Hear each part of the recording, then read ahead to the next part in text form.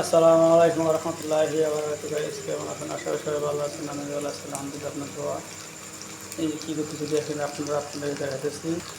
এই কয়টা জিরা দিছি, পেঁয়াজ নিয়ে দিলে লাল করে নেবো। তারপরে কী পাকাইতেছি দেখেন আপনারা।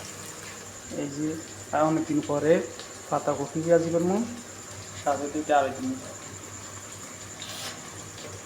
কপি কপি দিয়ে দিছি, কপিটা একটু ভালো করে কষাবো। 2-5 মিনিট পরে আলুগুলো দিব, পানি দিব না, এই সাথে একসাথে বাজি করব। সবাই দেখতে থাকেন, সাথে থাকেন। এই গ্যাস আলু দিয়ে দিলাম, এখন হলুদ দিই নেই, লাল মরিচে দিই নেই, এমনি কাঁচামরিচ পেঁয়াজ রসুন দিয়ে একটু ইয়ে করতে আছে, কপির বাসটা চলে যাক, কপিটা কাঁচা কপির বাস। এই কারণে হলুদ দিয়ে একটু ভয় দেবো, দেখতে থাকুন কীভাবে দিই, সাথে থাক। এই হলুদ দিয়ে দিলাম, মরিচ দিয়ে দিলাম, এখন লাড়াড়ি ঢাকনা দিয়ে দিন। এই আমার বাজি হয়ে গেছে, 10 মিনিট পরে নামালাম। ওকে, আসসালামু আলাইকুম রহমতুল্লাহি ওয়া বারাকাতুহু। সবাই ভালো থাকেন, সুস্থ থাকেন, পাশে থাকেন।